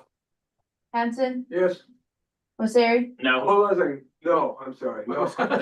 Would you like to restate your vote? No, I got it mixed upside down. I'm so used to being in the minority. So who vote Is, no. Welcome to the dark side. Van Dalen, No. Barry, No. that motion fails. That's good. Welcome to the dark. So I would, think about maybe making a motion for a higher density in this area. I don't know what our thoughts would be for a more appropriate zoning for this. That would, I mean, I just want to confirm that, is it just policy, or you said it was in the comp plan? That it's in the current comp plan, we would have had to have changed something there to do RR 1, 2, or 3 there, Maddie or Mark? Well, yeah, this is also an area that's subject to future sea level rise. Sure. So, in the future shoreline study that was done, right? So in Birch Bay in particular, but this area also is subject to future sea level rise. So No, I'm just asking, could we technically rezone it to, I don't, you could rezone it to R5 if you wanted to, for sure. yeah, You thought that was a more appropriate, but I'm just trying to confirm it. Can we only do RR 1, 2, and 3 in Lammerts? Or could we do that here? I believe it's gotta be in Lammerts. Maddie's hand. This is not a limit, is it? No, it's not a Lambert. No. No. What is it? What's the current designation? It's a UGA. No, but what's the density? You are what? You are 4. 4. Without sewer and water, Defaults to. defaults to what? R10A. R10A, Yeah. 1 unit per 10 acres, which is what the proposal is to zone it, what it really is today. Without sewer from the city, which the city says, we're not gonna extend sewer here. You have this So expression. you're talking about up zoning is what you're talking about. Right, right. Okay. So yeah, there's- yeah, Maddie, there's- I see your hand. Go ahead. Sure, I'm happy to share my screen and show the specific comp plan goal, out of the existing comp plan. That talks about rural neighborhoods and zoning of them compared to zoning of Lammerts. So I can share that with you if you'd like. I can send it after the meeting. What I just want to make clear to the commission is accepting the proposal does not change the zone on the ground. Well, it doesn't change. It's still 1 unit for 10 acres without sewer. So Why is there a proposal? because it's coming out of an urban growth area and you can't have a UR4 zone now, Jim, you need to have a rural zone. And it's R10A is the equivalent to what it is today in the UGA without sewer and water. Does everybody understand that? So the way to keep the density is to not approve it coming out of the UGA. Right. Yeah. Would make no difference. Because the city has said they're not gonna extend. No, water. I know that. They're making it very clear it's not gonna develop I know above what that. it is currently allowed, which is 1 unit per 10 acres. Yeah, and I know that, Mark, and I can only speak for myself. I know what you just said. The city also said they were going to approve a 1,000-unit development to the east. And strung a guy along for 20 years. And let him spend $6 million, so they can change their mind. They can't. And But the city is the utility provider in this case, the county's not, Right. so we don't control that. No, I know we do control. I just saw Matt saying that. Yeah, I mean, this is why cities shouldn't increase UGA, then develop areas, then or annex it, then develop it, then de-annex it. It puts us in a position where we have to force zoning changes on already properties, and so that's why I voted no. Like I see where It's a you're coming mess. from. It's, you know, it's an awkward position to be thrust into. What do we got? Dominic then Red? I'd make a motion that we recommend the county council either consider not taking it out of the UGA or zoning it at the highest density possible in the county, whatever that is, if it's R1 or R5, whatever that is, that's my motion. And could you be more specific? So your motion would be to make a recommendation to the county council that they put this area back in the UGA and keep the zoning as.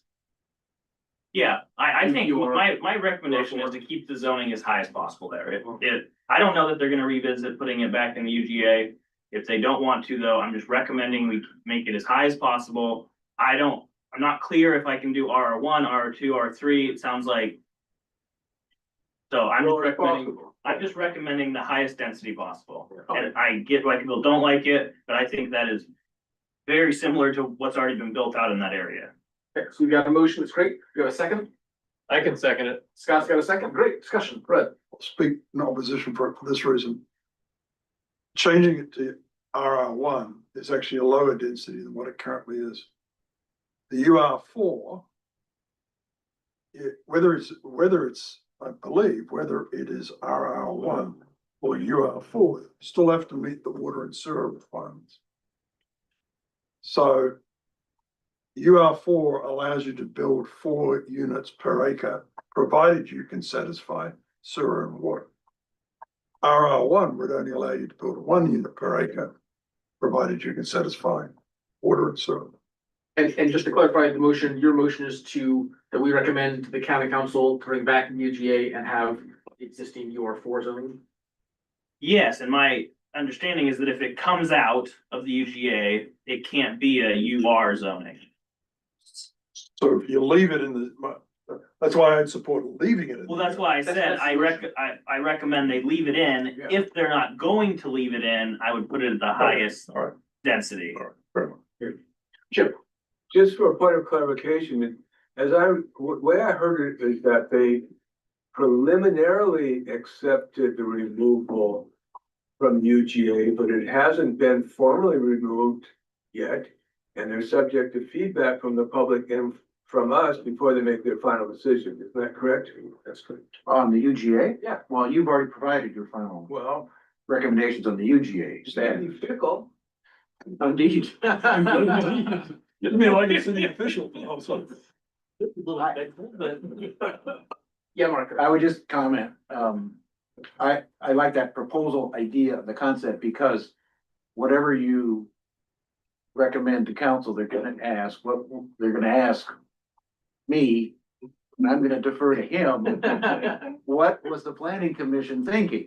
Yep. So, Yeah, and I think I have a fairly good understanding of this conversation, so I would represent it as this is my personal opinion. Again, I wouldn't take the thing, but yeah, I'd be happy to have that conversation. Alex, I saw you next. Yes, thank you. Just before you vote on this motion, I just wanted to be clear, keeping it in our urban growth area requires that we plan to service it and spend quite a bit of, spend money on our general sewer plan and water plans on how we're going to provide services over here. When in reality, we are never going to annex this area in. It's simply a matter of economics. I'm not trying to be difficult, but this will never pencil for the city to annex this area in. So then why keep it in our urban growth area? Okay, fair enough. Thank you, Alex. Any other commissioner comments on this motion? Dominic? I would say keep it in because at one point, somebody thought that they would, provide services out there and annex it, then somebody decided they weren't going to, someone might decide again. So, and I'm, like I said, that's a pretty broad recommendation that I made, that I think that they should consider keeping it in. If they don't though, then this. So it's really just saying, I think it's half built out dense. Why not build out the rest of it? Some level of higher density than R10. Yeah. Eileen, could you read out the motion that you have on there, like the actual words that we're voting on? Commissioner Moseri moved to recommend the county council keep the Dakota Creek Harbor Shores area in the UGA, or if they do not, keep the Adopt adopt a higher. zoning than R10A. Higher The density. The highest. highest The density highest available to us. density, The highest potential density there you go. Yes, in, under our rural yeah, designations. yeah. Okay. You got that. That makes sense. Point of clarity, it was more than just the Harbor Shores. Harbor Shores is one element of that UGA. Dakota Creek. Dakota Creek. Dakota Creek zoning, You yeah. said Harbor Shores, that's correct. Oh, Dakota Yeah, Creek / Harbor. I think it's just Dakota Creek UGA. Oh, you do, okay. Thank you. All right, so let's have that. If you could read it again, because I think I'm still slightly exactly what the motion is. Okay, Commissioner Moseri moves to recommend county council keep the Dakota Creek UGA. Or the, Consider. to consider, Consider, yeah. in the UGA. Or if they don't. To adopt the highest potential density available In the rural in the designation. rural designation. And we had a second? Yes, We did, Commissioner Van and- Dalen. Just to, my last clarification on that, would you say you want to keep it in the UGA and keep the OR4 zoning? No, that's fine, yeah, Okay, but I wasn't in my motion. If they keep it in there, they can decide what they want. I think they I think probably. highest feasible, it's more flexible. okay, so your motion is not, is to bring it in and you don't really care what the zoning is? Yeah. Yeah, It says highest potentially, I'll just keep it as simple as I can already. To keep it in the UGA, and if they don't, then adopt the highest density possible the rules. Yeah, is that right? Mhm. Okay, sounds good. Any other commissioner?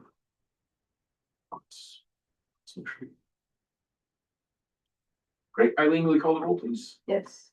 Greg, Abstain. Hanson, yes. Moseri, Yes. Van Dalen, Yes. Barry, Yes. Brown, Yes. Dunn, Yes. that passes. How's it feel, Jim? I'm gonna go to see a strange. Planning does strange things. Sweet, so why don't we talk about, I think the East Lane is the last one that we talked about, we didn't have a motion on. Do we wanna talk about it anymore, or do you wanna have a motion to entertain? Sorry, you're talking about the main UGA, the industrial Yeah, unit. the industrial one in East Lane, yep. I'd like a motion, wait. Can't speak, recommend against. Motion. Second. Oh, many seconds, all right, yeah. Okay. Thank you. Comments? He's got it in. Oh, What are we recommending against? I don't think it's gonna be productive. I don't think the people in there want to sell. They've been there forever. Also, I mean, people I spoke to on the north side of Pipeline Road, I know it's the same on the south side because I've walked those fields in the wet winter months. They encountered wetland issues at the county level anytime they ever tried to do anything.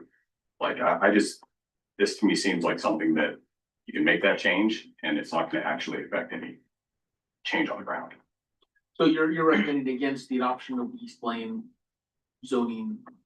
Changing that to light Changing, industrial. okay. Recommend against. I think there's a light industrial on the west side of Odell that needs to do this first, so.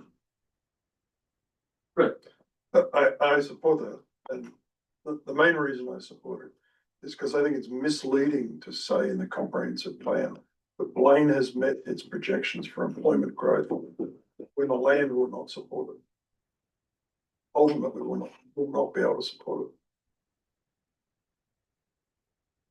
So this recommendation is to have the county council consider not taking that UGA, not adding that UGA, or is there a zoning recommendation? This is only zone. Zoning. No, I know, so if you say you don't want to zone it to light industrial, what's the are we recommending a Gonna zoning? keep it. No change to the zoning, Keep it your.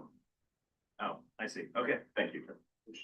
which alternatively you could say you support the PDS. That's, okay, that's why I was, yeah, okay. Might be That- better. And I am in my motion. No. Okay. Yes, here you are. Don't listen to that guy. Not your friend. No. I'm into. It's a short timer syndrome. All right, I'm learning. you got your first play. You're good. You're good. All right, so you want to amend your motion, Mr. Wayne, got hand up. to, Support PDS recommendation and maintain the current zone. But point of clarification. Mark, I didn't think that was the PDS recommendation. I thought PDS recommendation is you wanted to do more research before that was. No, Yes. Well, it's, does not recommend. well, Recommend. Maddie, would you bring up the recommendations on the last? It's number 3, the last bullet. Alex, I see your hand. We'll get to you in just a minute. Sorry, just give me 1 second.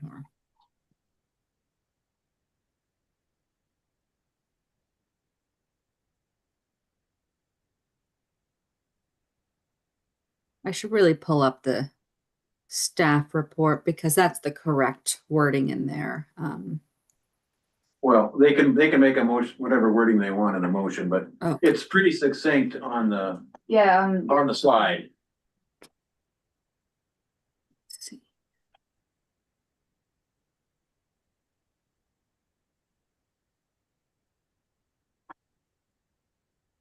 So go back to Can the you see that? third.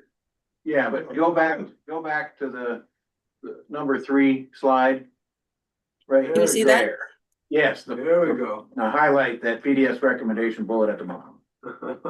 I can't highlight it, but oh gosh, and I tried to and I messed it up. So Hey, there we go. PDF. Can I make a friendly amendment? Absolutely. You can do it. Can try.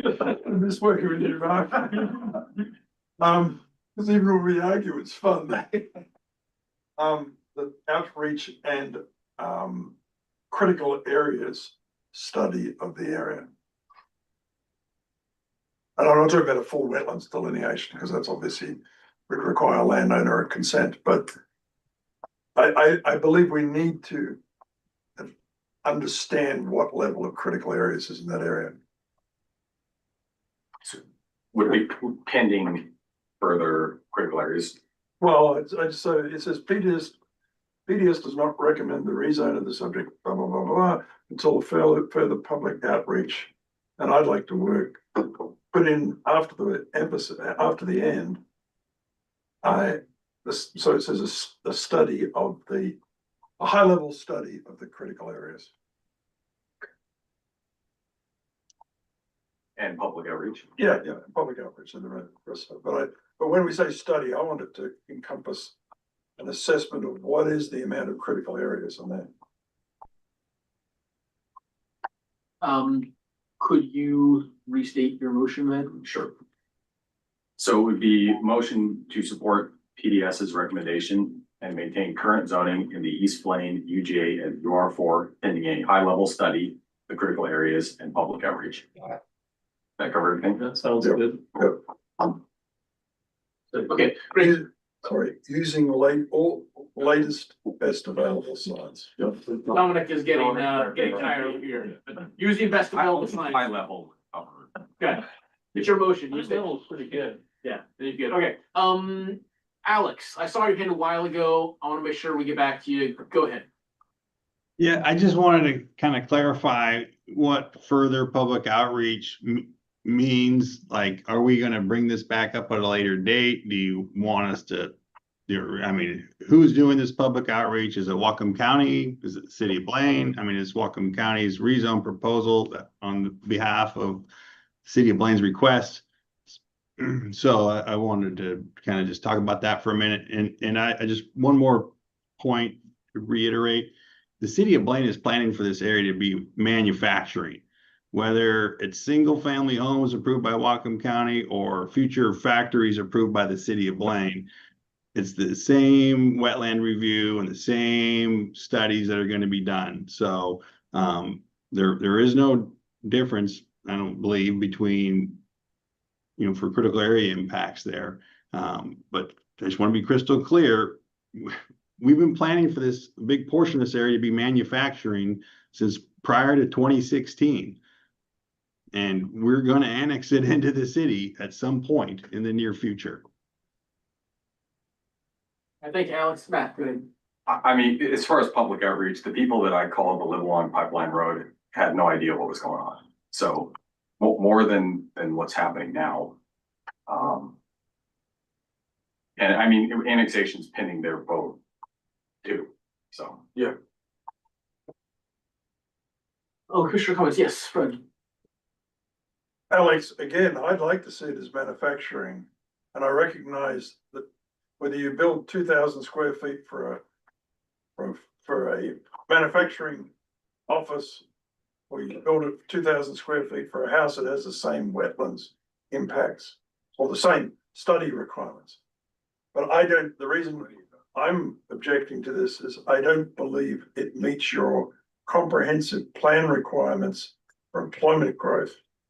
And I don't like to be a person who just sits and complains. I'm more than happy to meet with you if you like, and go over the data I've been collecting for the last year. If I could just respond to that. So we all collectively agreed to a methodology of the land capacity analysis, all the cities in the county, and we did the same exact thing. And that's what we're using for our comp plan. And that ship is sailed. We're not going to go back and redo that. The Growth Management Act requires that best available science is used. And I do not believe you've used best available science for estimating the wetlands impacts. So I think when we're looking at the motion we've got here, doing any other comments on the motion, Jim? Yeah, I think if we go ahead and let it rezone it to LLI, means nothing will happen until those assessments have been done, because someone's probably not gonna go in there and start spending a lot of money unless they know what they're spending their money on. But meanwhile, we won't have residential development there that will get in the way of potential future light industrial.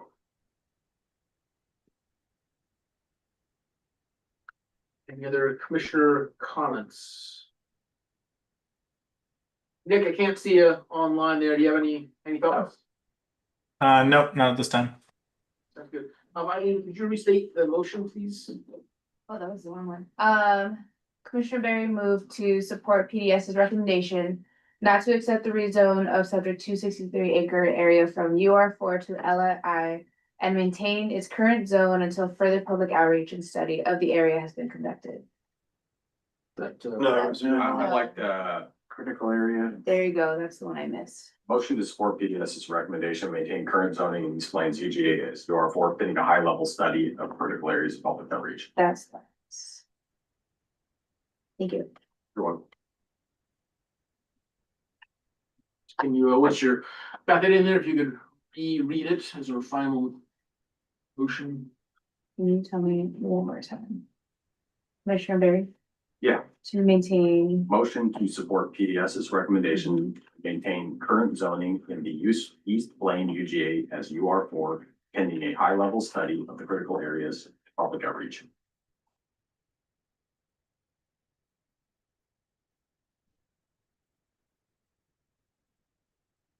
I can email you the exact text if you prefer.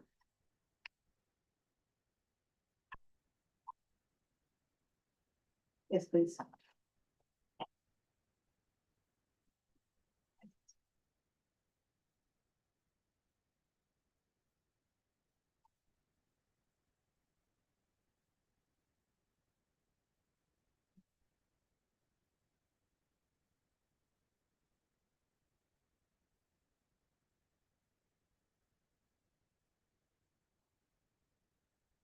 While he sends that to me, Commissioner Greif seconded it. For clarification. Is that right, Nick? You were the second? I was certainly one of them. Sorry. I'm happy to be the second on record. Perfect. That sounds great. You emailed her the, okay. So Thank you. all right, Eileen, do you want to read us? Yeah. Commissioner Barry moved to support PDS's recommendation and maintain current zoning in the East Blaine UGA as UR4 pending a high-level study of the critical areas and public outreach. Great. Is that right? Yep. All right, sweet. Sounds good. We got a motion, had discussion, any last discussion from commissioners? Eileen, will you call the roll, please? Hanson, No. Mosseri, Abstain. Mandalen, Yes. Barry, Yes. Brown, Yes. Dunn, Yes. Greif. Yes. That passes 5-2. Sweet.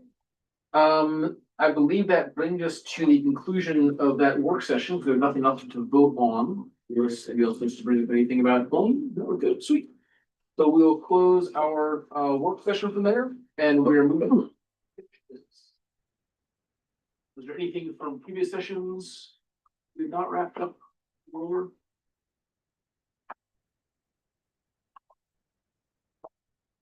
Great, seeing none, that's the end of our meeting. We are adjourned. Good job. Thank you. Thank you, Commissioners. Good job. No.